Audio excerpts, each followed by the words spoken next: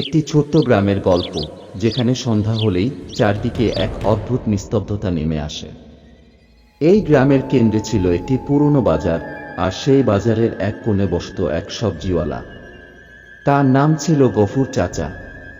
তার মুখে সবসময় এক অদ্ভুত হাসি থাকত, আর তার সবজিগুলো ছিল অন্যরকম। গফুর চাচার সবজি নাকি গ্রামের অন্য সব সবজির চেয়ে অনেক তাজা আর সুস্বাদু।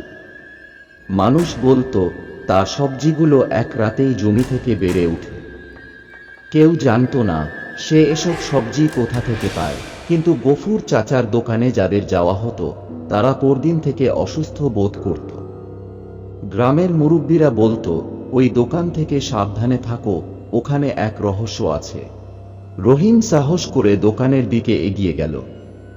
সেখানে সে দেখতে পেল সবজিগুলো নড়াচড়া করছে, আর তাদের রং ধীরে ধীরে লালচে হয়ে উঠছে। গফুর চাচা হঠাৎ রহিমকে দেখে ফেলে। সে বলল, তুমি এখানে কেন? এই সবজিগুলো সাধারণ নয়, এগুলো মৃত আত্মার অভিশাপ বহন করে। যারা এগুলো খায় তারা ধীরে ধীরে সেই আত্মার কবলে পড়ে।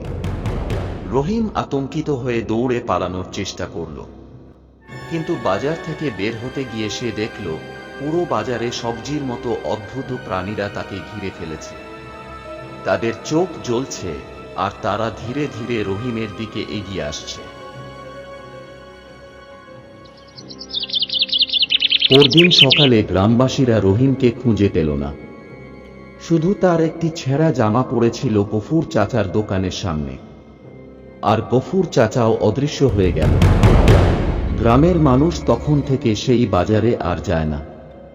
কেউ কেউ বলে রাতে এখনো ওই বাজার থেকে সবজির ভৌতিক হাসির আওয়াজ শোনা যায়। কিন্তু রহিম কোথায় গেল? গফুর চাচা কে ছিল? এই রহস্যের উত্তর আর কেউ খুঁজে পায়নি।